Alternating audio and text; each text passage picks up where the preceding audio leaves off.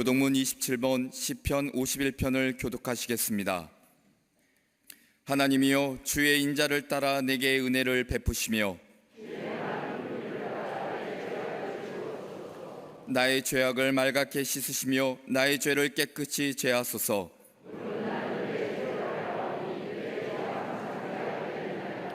내가 주께만 범죄하여 주의 목전에 악을 행하여 싸우니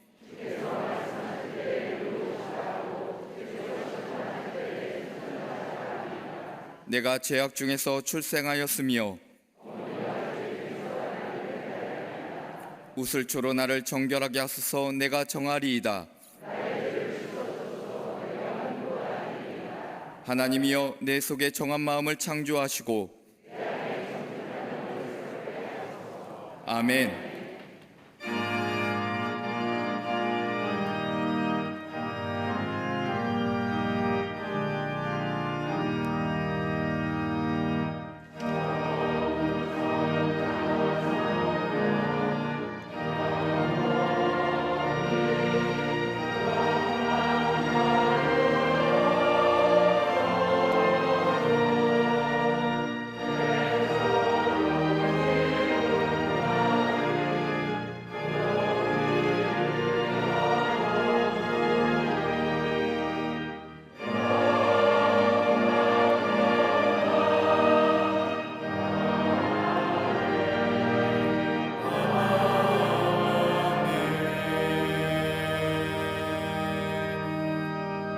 전능하사 천지를 만드신 하나님 아버지를 내가 믿사오며 그 외아들 우리 주 예수 그리스도를 믿사오니 이는 성령으로 잉태하사 동정녀 마리아에게 나시고 본디오 빌라도에게 고난을 받사 십자가에 못 박혀 죽으시고 장사한 지 사흘 만에 죽은 자 가운데서 다시 살아나시며 하늘에 오르사 전능하신 하나님 우편에 앉아 계시다가 저희로서 산 자와 죽은 자를 심판하러 오시리라. 성령을 믿사오며 거룩한 공예와 성도가 서로 교통하는 것과 죄를 사하여 주시는 것과 몸이 다시 사는 것과 영원히 사는 것을 믿사옵나이다. 아멘.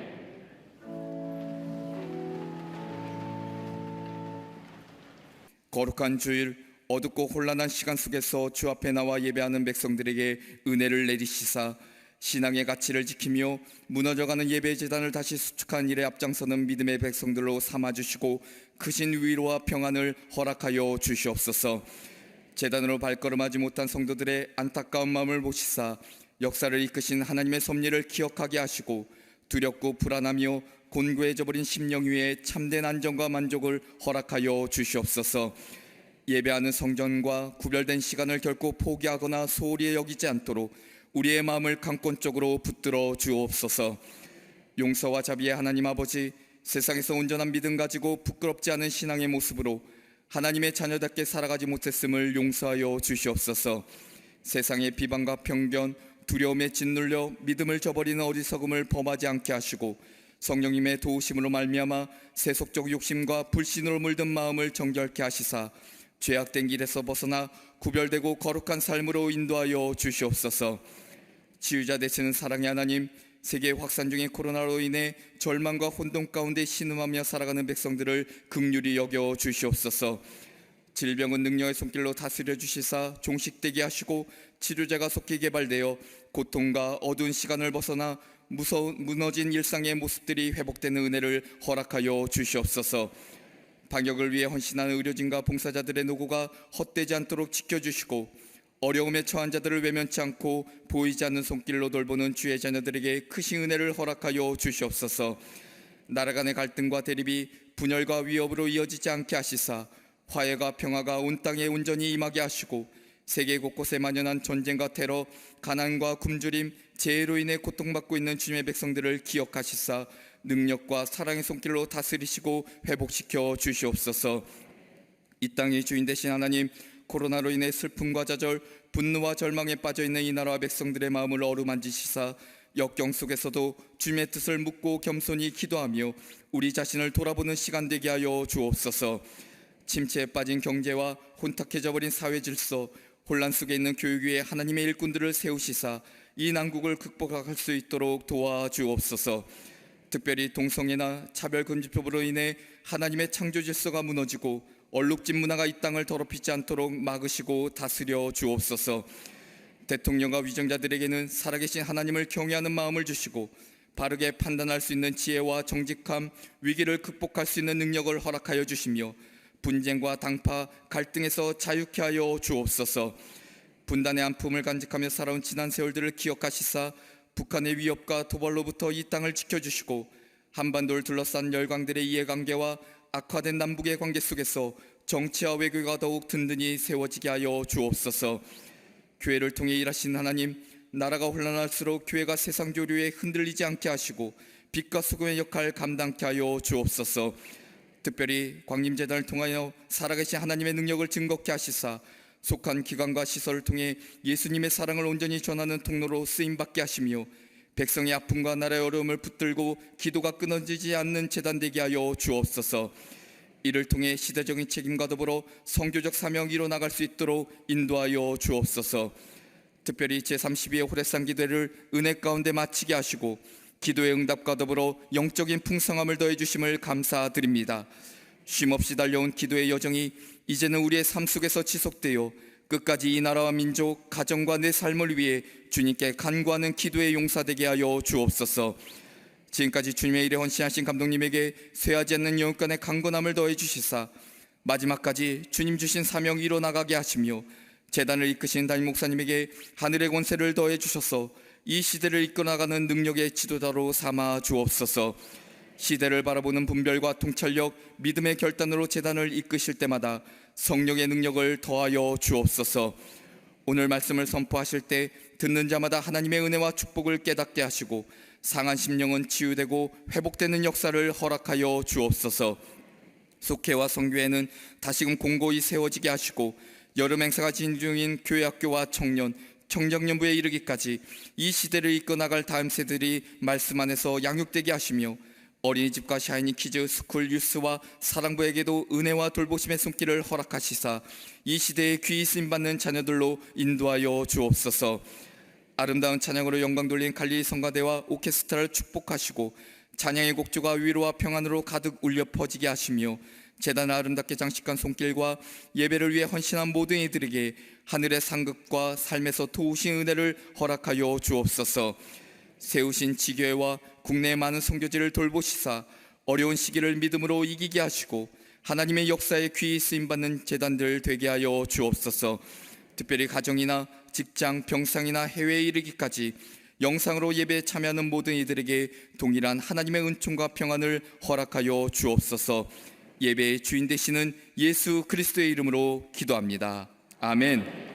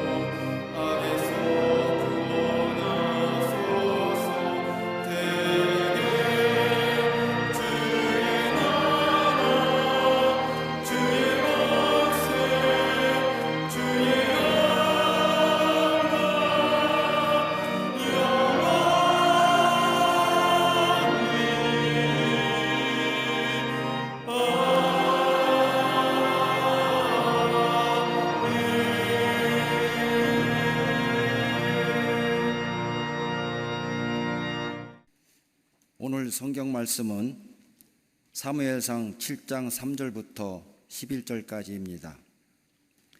사무엘이 이스라엘 온 족속에 말하여 이르되 만일 너희가 전심으로 여호와께 돌아오려거든 이방 신들과 아스타롯을 너희 중에서 제거하고 너희 마음을 여호와께로 향하여 그만을 섬기라. 그리하면 너희를 블레셋 사람의 손에서 건져내시리라. 이에 이스라엘 자손이 바알들과 아스다롯을 제거하고 여호와만 섬기니라. 사무엘이 이르되 온 이스라엘은 미스바로 모이라. 내가 너희를 위하여 여호와께 기도하리라 하매 그들이 미스바에 모여 물을 기로 여호와 앞에 붓고 그날 종일 금식하고 거기서 이르되 우리가 여호와께 범죄하였나이다 하니라. 사무엘이 미스바에서 이스라엘 자손을 다스리니라. 이스라엘 자손이 미스바에 모였다함을 블레셋 사람들이 듣고 그들이 방백들이 이스라엘을 치러 올라온지라. 이스라엘 자손들이 듣고 블레셋 사람들을 두려워하여 이스라엘 자손이 사무엘에게 이르되 당신은 우리를 위하여 우리 하나님 여호와께 쉬지 말고 부르짖어 우리를 블레셋 사람들의 손에서 구원하시게 하소서 하니 사무엘이 젖 먹는 어린 양 하나를 가져다가 온전한 번제를 여호와께 드리고 이스라엘을 위하여 여호와께 부르짖음에 여호와께서 응답하셨더라. 사무엘이 번제를 드릴 때에 블레셋 사람이 이스라엘과 싸우려고 가까이 오매 그날에 여호와께서 블레셋 사람들에게 큰 우레를 발하여 그들을 어지럽게 하시니 그들이 이스라엘 앞에 패한지라. 이스라엘 사람들이 미스바에서 나아가서 블레셋 사람들을 추격하여 벳갈 아래에 이르기까지 쳤더라. 아멘.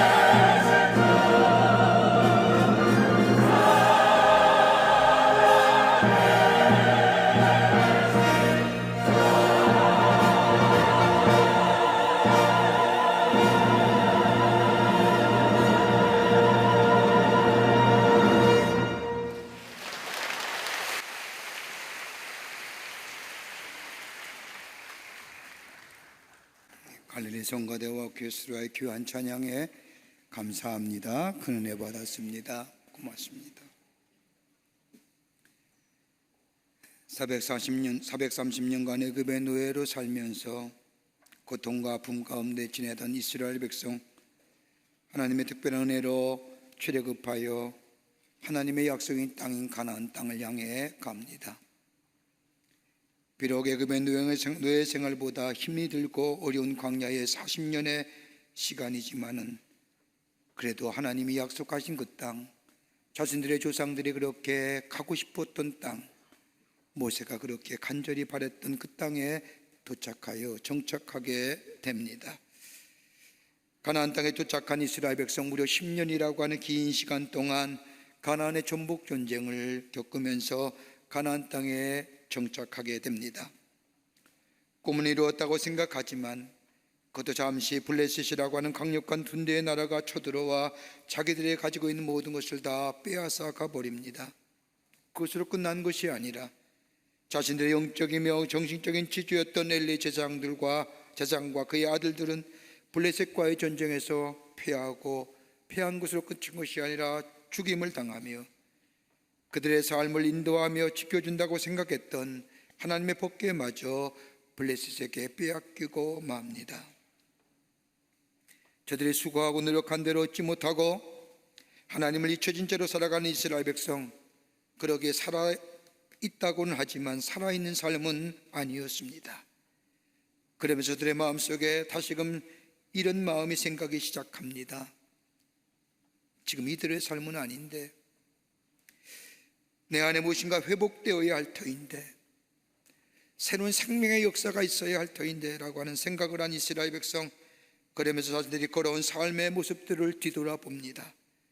척박한 광야의 길을 걷고 있었지만 그 가운데서도 희망을 꿈꾸며 하나님이 주신 약속 안에서 새로운 생명의 역사를 가졌던 그때, 비록 삶의 영면은 녹록지 못했지만 하나님이 함께 하시고 때를 따라 부어주시는 하나님의 은혜, 하나님의 약속의 말씀, 이것들이 자들로 하여금 생명의 역사를 가지게 했던 그때, 그 시절로 저들의 마음엔 돌아가고 싶은 마음이 있게 됩니다. 그러면서 오늘 본문의 말씀은 하나님의 인재의 상징인 법궤가 이스라엘 땅으로 돌아온 지 20년의 시간이 흘렀습니다. 하나님의 말씀이 저들의 마음속에, 저들의 삶 가운데 지속적으로 선포되기 시작하면서 저들의 마음은 서서히 변화되기 시작을 합니다. 하나님의 말씀에 비추어 저들에게 아름다웠던 시절, 꿈꾸며 소망 가운데 희망 가운데 살았던 그 시절로 돌아가고픈 마음이 저들의 마음속에 생겨나기 시작을 한 겁니다. 물질적인 풍요와 풍성함이 진정한 기쁨이 아니라 삶의 의미를 잃어버리고 목적을 잃어버린 우리들의 삶에 다시금 왜 사는지, 내가 어디로 가야 하는지, 내가 무엇을 해야 하는지라고 하는 삶의 진정한 의미를 찾고 싶었던 이스라엘 백성들에게 오늘 사무엘은 하나님의 말씀을 통하여 저들에게 하나님의 백성된 삶, 그 삶이 바르고 풍요로운 길을 걸어가는 삶이 어떠한 삶인가, 무엇이 저들 가운데 회복되어야만이 하나님의 약속의 성취를 이룰 수 있는가를 말씀을 전해주고 계십니다. 사랑하는 성도 여러분, 오늘 이 말씀은 저 사무엘 시대에 주셨던 하나님의 말씀이 아니라 오늘 이 시대를 살고 있는 우리에게도 주시는 하나님의 말씀입니다. 회복될 것이 참 많지요. 회복될 것이 참 많습니다만은 진정으로 하나님이 주시는 풍요와 그리고 번성함에 바른 삶 살려고 하면 어떤 삶을 살아야 하는지, 무엇이 우리 가운데 회복되어야만이 하나님이 주시는 축복을 누리며 사는 복된 하나님의 백성의 삶이 될 수 있을까? 오늘 본문의 말씀을 우리에게 귀한 영적인 교훈과 더불어 기도의 제목을 주고 계십니다. 첫째로 하나님과 관계를 새롭게 정립하라는 겁니다. 하나님과 관계를 새롭게 다시 한번 정립해 보라는 겁니다. 사무엘상 7장 2절의 말씀을 보면 걔가 기랏 여아림에 들어간 날부터 20년 동안이나 오래 있은지라 이스라엘은 온 족속의 여호와를 사모하니라. 하나님과 이스라엘 백성의 관계는 다름이 아니라 하나님의 법궤를 어디에 두었는지, 하나님의 법궤를 얼마나 의식하고 사느냐에 따라서 저들의 미래가 달려있다고 해도 과언이 아닙니다. 그런데 이스라엘 백성은 하나님 블레셋과의 전쟁에서 여호와 법궤를 빼앗겼습니다. 하나님의 법궤가 일레셋에 빼앗겼을 때에 이스라엘 백성은 절망했습니다. 그렇게 절망했던 이스라엘 백성, 여호와의 법궤가 들어오면 모든 다 해결될 것만 같았던 이스라엘 백성, 그러나 여호와의 법궤가 기럇 여알림에서 들어온 지 20년이 지났음에도 불구하고 이스라엘 백성에는 아무런 변화나 관심이 없었다는 겁니다. 관심이 없었다는 것은 하나님의 말씀과 상관없는 삶을 살았다는 겁니다. 법궤의 필요성도 하나님의 말씀이 얼마나 소중한지도 알지 못하고, 저 이스라엘 백성, 하나님의 택하신 백성인 저 이스라엘 백성은 하나님과의 관계없이도 살아가는 삶을 살고 있었다는 겁니다. 이스라엘 있어서의 하나님의 법궤는 하나님 인재의 상징이었습니다. 광야의 40년의 척박한 시간 속에서도 하나님의 법궤가 이스라엘 백성과 함께함으로 인하여 저들은 광야의 척박한 길을 걸으면서도 하나님이 함께 하신다, 하나님이 통행하신다는 것을 믿으며 바라보며 저들은 40년의 길을 걸었습니다. 법궤를 통하여 하나님의 말씀을 들었습니다. 하나님의 말씀을 들을 때 저들의 삶의 방향이 잡아져 갔을 뿐만 아니라 건너지 못할 요단강을 건너게 되었고, 무너지지 못할 것 같았던 저 여리고성이 무너짐을 보면서, 아하, 하나님이 우리와 함께 하시는구나, 하나님의 보호하심이, 하나님의 인도하심이 우리와 함께 있구나, 그러니 우리 안에 승리의 역사가 나타나는구나 라고 경험하며 고백했습니다. 그런데 이스라엘 백성, 저 가나안 땅에 정착하면서 하나님의 법궤는 더 이상 저들의 삶과는 상관없어지게 됩니다. 그토록 지치고 힘들었던 삶, 그렇게 기다렸던 가나안 땅, 그 가나안 땅에 들어갈 때에 가나안 땅의 풍요로움과 만족한 삶이 하나님의 법궤, 하나님의 말씀, 저들의 삶 가운데 잊혀져 갔던 겁니다. 그러면서 저들은 하나님과의 관계없이도 살아야 할 수 있다고 생각했습니다. 그런데 지금 이 시간 엄청난 시련 앞에서, 엄청난 문제 앞에서 가만히 생각해 보니 하나님이 저들의 삶을 떠나가기, 자신들이 하나님을 떠나가기 시작한 그때부터 자신의 삶들이 무너졌음을 보게 되었다는 겁니다. 자유롭고 풍요롭고 같았지만 하나님을 떠난 삶, 그 자신들의 삶에는 어느새 자유함이 사라지고 물질적인 풍요로움은 있을지 모르지만은 정신적인 빈곤함과 영적인 공허함이 저들의 삶을 어떻게 얼마만큼 고통스러워했는지, 어떻게 빈곤한 삶을 살게 했는지 깨닫게 되었다는 겁니다. 수고하고도 건진 것이 아무것도 없는 인생이라는 것, 허무한 인생이라는 것이 발견되었다는 겁니다. 이러한 이스라엘 백성에게 사무엘을 통하여 하나님의 말씀이 들어오기 시작할 때에 저들은 진정으로 찾아야 할 것은 다름이 아니라 하나님의 말씀이 우리 안에 세워져야 된다는 것을 깨닫고 하나님의 말씀을 사모하기 시작했다는 겁니다. 사랑하는 성도 여러분, 가만히 생각해 보세요. 하나님의 말씀이 내 삶의 기준이 안 되어도 우리가 먹고 사는 데는 별 지장 없지 않습니까? 지장 있으세요? 여러분, 하나님의 말씀에 의지 않고도 살아도 생명에는 별 지장 없지 않습니까? 직장 생활할 수 있고요, 결혼하여 가정을 이룰 수 있고요, 자녀 낳을 수 있고요, 하나님 없이도 내가 원하고 바라는 것 할 수 있습니다. 근데 문제는 뭐예요? 하나님 우리의 삶 속에 잊어버리게 되면, 하나님 우리의 삶 속에 아니 계시면 우리의 삶의 가장 가치와 우리의 삶의 의미가 상실된다는 겁니다. 내가 왜 살아야 되는지, 내가 무엇을 위해 살아가야 되는지, 내가 어떤 것을 해야 가장 가치 있는 내 삶의 가치가 의미가 있는지 깨닫지 못한다는 겁니다. 아무리 인격이 훌륭하고 아무리 도덕의 군자를 가졌다 할지라도, 아무리 많은 것이 갖추어졌다고 삶의 풍요로움과 여유로움이 있다 할지라도 그 안에 하나님이 아니 계시면 그 삶의 가치와 의미는 상실되어졌다는 겁니다.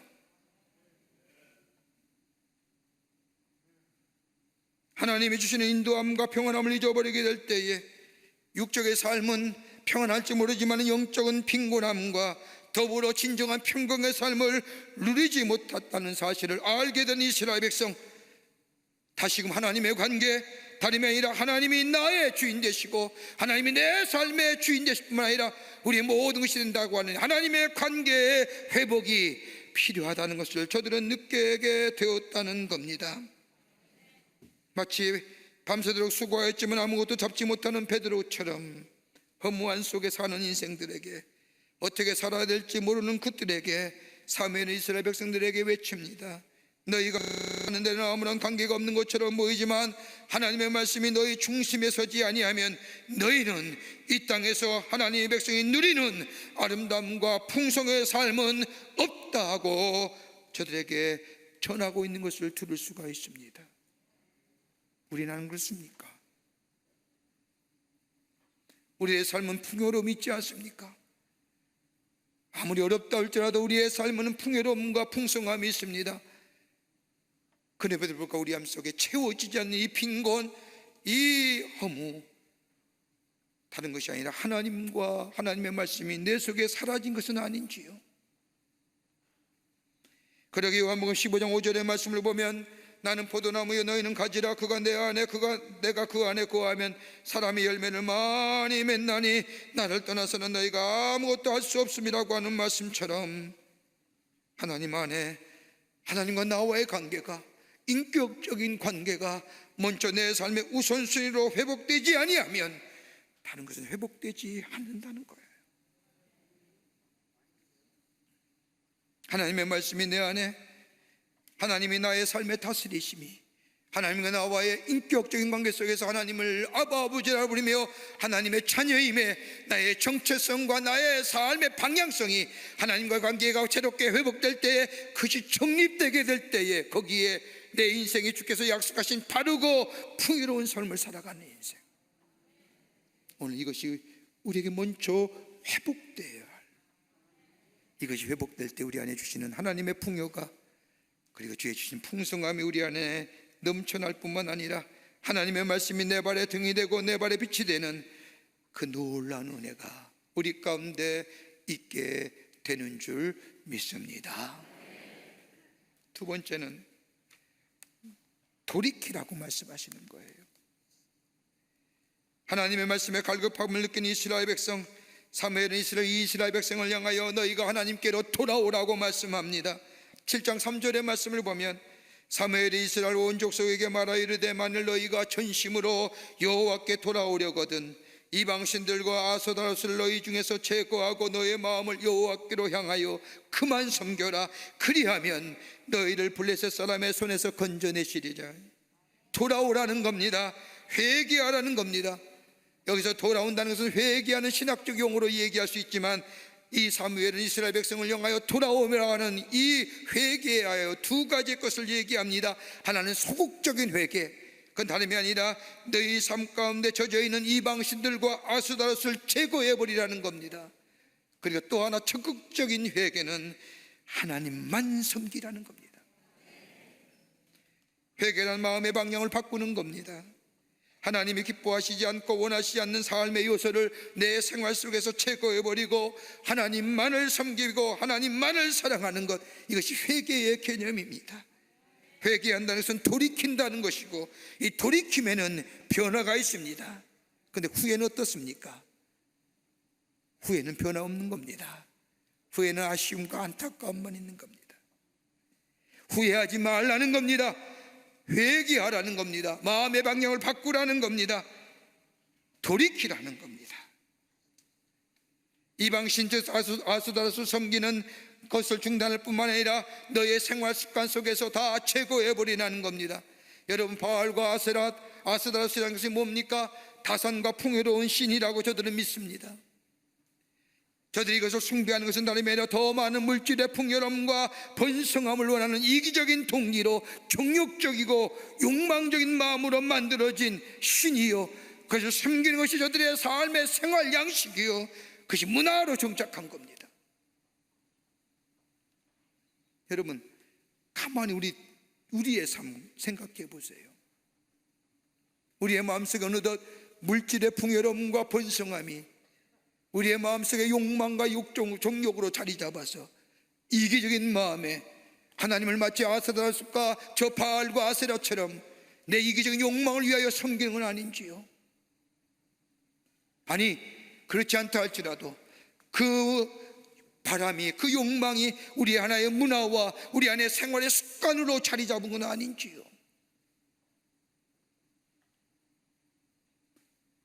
여러분, 가나안 그때에 바알과 아스타롯을 숭배하는 사람들, 일부러 신전에 거하는 남자들과 사제들과 정사를 벌이면서도 이것이 종교적 행위로 성용되고 아무런 도덕과 윤리적으로 가책을 느끼지 않는, 성적인 방종으로 느끼지 않는 것으로 전락되어 버린 거예요.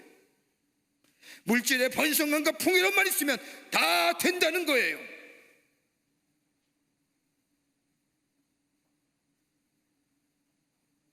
자연스러운 모습, 아무런 의심이나 죄책감 없이 받아들인 것, 당연하다고 느꼈다는 것들, 이스라엘 백성 가운데 그것들을 제거해버리라는 거예요. 하나님의 약속이 땅 가나안 땅에 들어갔지만 하나님을 잊어버리며 다산과 물질의 풍요를 위해 저들의 삶과 저들의 생활 가운데 저들의 잘못된 가치관이 저들의 문화와 습관에 자리 잡고 있던 것들, 삶의 풍요로움과 아름다운 것은 이런 것들을 위해서 주어지는 것이 아니라 하나님께서 주어져야만이 가능한 것을 기억하며 너의 삶 가운데 이 문화, 이 습관, 이 체질화된 것을 제거해버리라는 겁니다. 제거한다는 것은 내가 살아온 삶의 모습을 진지하게 돌아본다는 겁니다. 내가 옳다고 생각하고 내가 맞다고 생각하는 나의 사고와 생각 속에 정말 하나님의 백성으로서의 온전한 삶의 모습, 하나님을 섬기는 삶의 모습이 내 안에 있는가 돌아보는 겁니다. 여러분, 영국의 노예 무역제도를 폐지를 주장했던, 처음으로 폐지를 주장했던 윌리엄 월브포스라는 분이 계십니다. 감리교 성도지요. 영국의 산업혁명이 일어날 때 그때 수많은 아프리카의 사람들이 잡혀와 노예로 팔려가던 노예 무역제도가 성행했던 그때에 인간의 존엄성을 철저히 파괴하는 이 노예 무역제도를 폐지하기 위하여 무려 56년간 긴 시간을 노력한 사람이 윌리엄 월브포스입니다.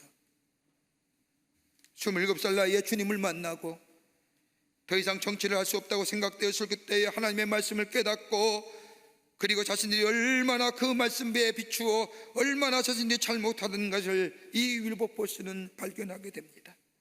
당시 영국의 수입의 3분의 1이 노예 무역제도에 의하여 얻어진 것들이었습니다. 영국 사람들은 당연한 속에, 생활 속에 지극히 당연한 것이었습니다. 누구도 이런 제도에 의하여 의의를 제거하거나 반대하는 사람 아무도 없었습니다.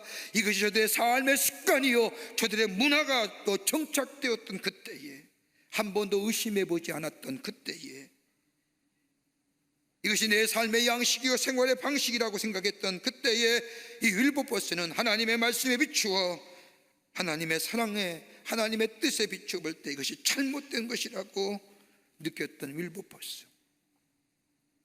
그는 56년 동안 자신의 전생을 쏘아붙이며 영국의 노예 무역 제도를 폐지에 앞장섰던 것을 보게 됩니다. 사랑하는 성도 여러분, 지금 우리가 흘러가는 우리의 문화를 정직하게 말씀의 기준으로 바라볼 줄 알아야 됩니다.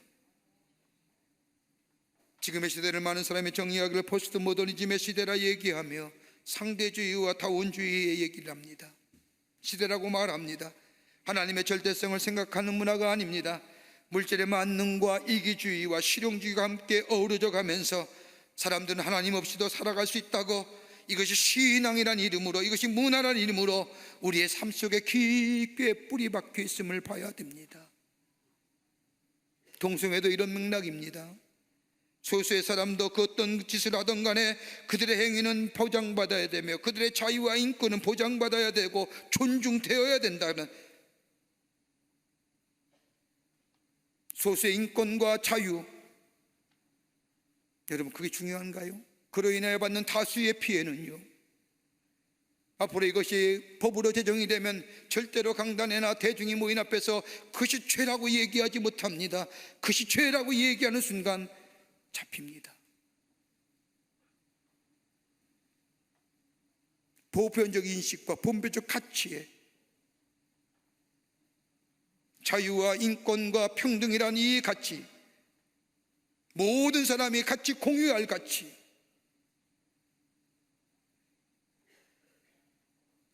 그들의 편을 들고 그들을 생각하고 그들에 대하여 얘기하고 지지하는 것이 마치 예수님의 사랑인 것처럼 얘기하는 자들,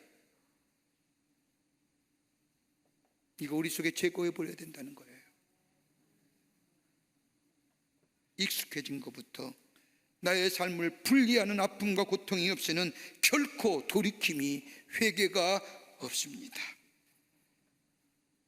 여러분, 돌이키지 아니하면, 우리의 마음의 방향이 하나님께로 돌이키지 아니하면 하나님의 말씀이 들려오지 않는 대로 내 속에 들어오지 않습니다.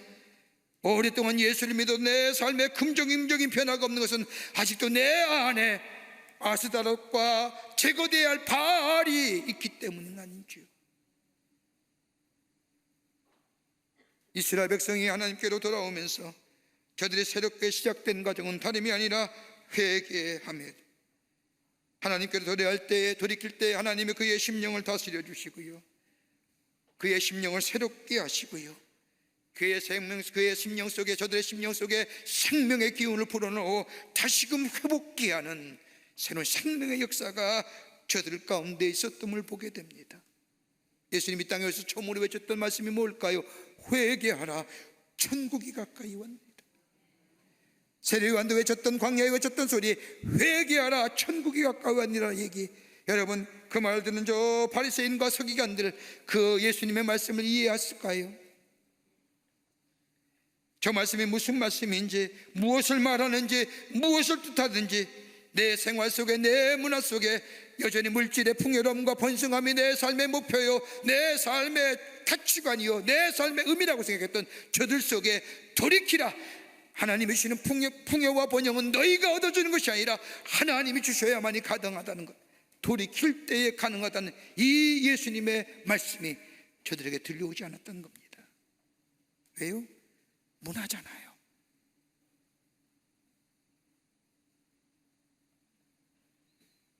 역대하 7장 14절의 말씀을 보면, 내 이름을 일컫는 내 백성이 그들의 악한 길에서 떠나 스스로 낮추고 기도하며 내 얼굴을 찾으면 내가 하늘에서 듣고 그들의 죄를 사하고 그들의 땅을 고치리라고 하는 말씀처럼 하나님께로 돌아올 때에, 여러분, 지금 성행하는 바이러스가 하나님께 인간들을 향한 하나님의 징계라고 하면 아마 난리법석을 칠 겁니다. 언론뿐만 아니라 많은 사람이 비난과 비판할 겁니다. 그런데 한번 생각해 보십시오.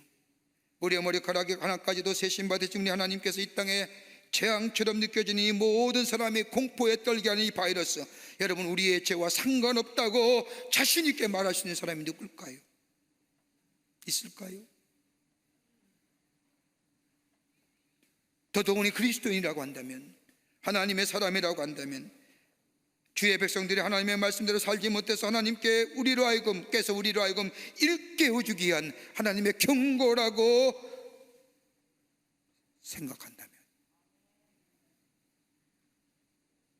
우리가 살아가는 우리의 삶이 편하고 유익하고, 그리고 우리에게 즐거움을 주는 것이 아니라 진정으로 하나님만을 섬기며 하나님 앞에 합당한 삶이 무엇인가 다시 한번 내 삶을 돌이키며 내 삶을 점검하며 하나님께로 내 삶의 방향을 옮기게 될 때에 하나님은 우리를 바르고 풍요로운 삶으로 우리의 삶을 인도해 주실 줄을 믿습니다.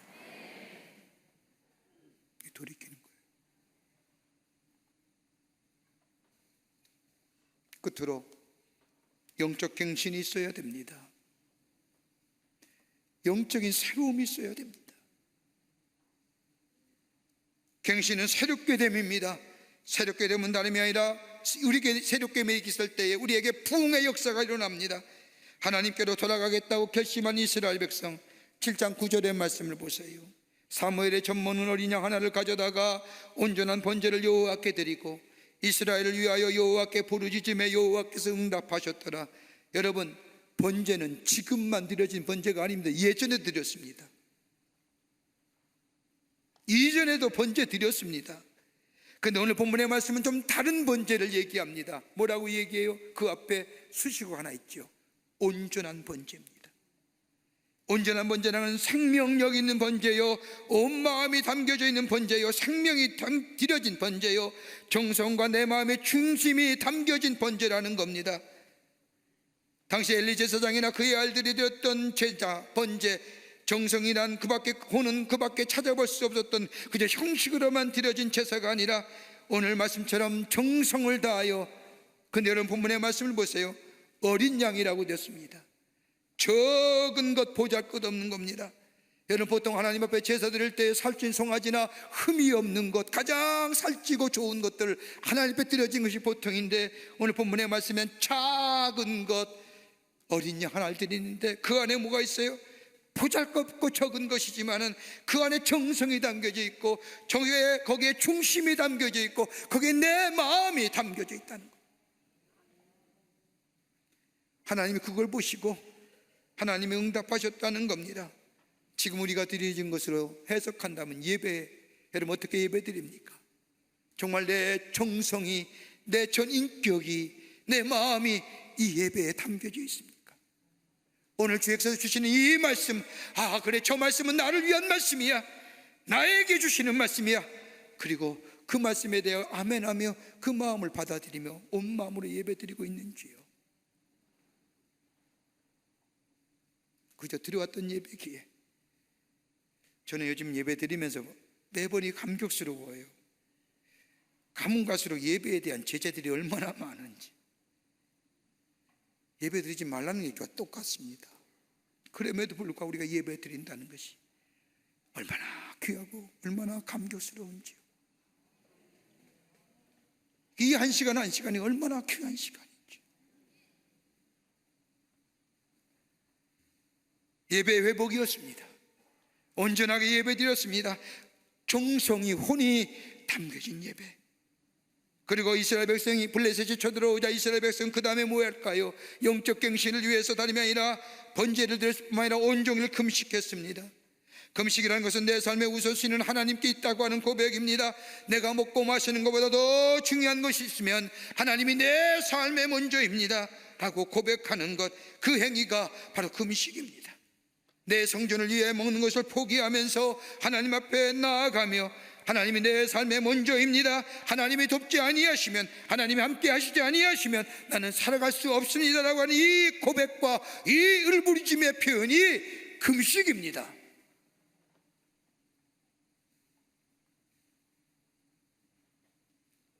우리가 누리는 풍요가 우리를 새롭게 하지 못합니다. 하나님만이 우리를 새롭게 하셨습니다라는 게 금식의 참된 의미입니다. 그것뿐입니까?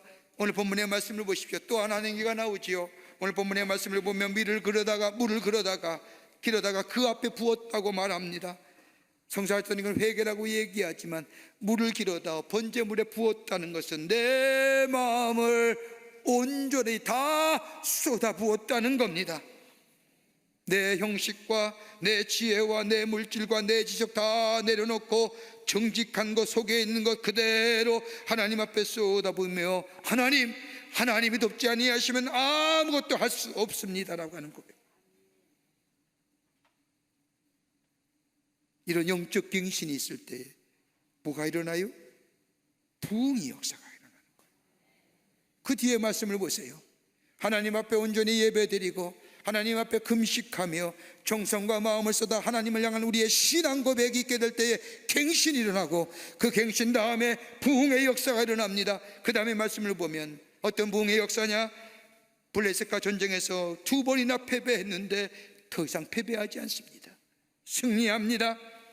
내 삶의 현실 속에 극복하지 못한 문제를 하나님의 극복하게 하심으로 헤쳐나가게 할 수 있는 힘과 용기를 이스라엘 백성에게 주셨다는 겁니다. 또 있습니다. 하나님이 저들의 삶 속에 평강의 복을 허락해 주셨습니다. 두려움과 염려와 불안감 가운데 살던 이스라엘 백성, 하나님의 평강의 마음을 저들에게 부어주셨다는 겁니다. 여러분 다 가졌다고 평안하신 줄 아십니까?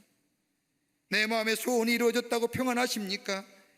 일시적인 만족과 평안함은 있을지 모르지만 깊은 곳에서의 평안함은 없습니다.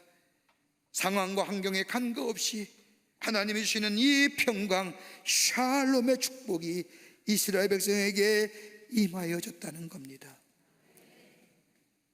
또 있지요. 하나님이 잃어버린 지경을 찾게 해주셨다는 겁니다. 오늘 본문의 말씀을 보십시오. 블레셋 군대가 쳐들어왔을 때 하나님께서 블레셋 군대를 흩으시고 이스라엘 백성들이 그 뒤를 쫓아다가 점령한 땅들을, 여러분 성경 말씀을 복개가 움직인 대로요, 복개의 궤적에 따라서 하나님이 이스라엘 백성에게 뭐예요? 그 땅 허락해 주시는 거예요. 기라 여호와림에서부터 들어왔던 그 땅의 궤적의 행렬대로 하나님이 이스라엘 백성에게 회복시켜 주셨다는 거예요.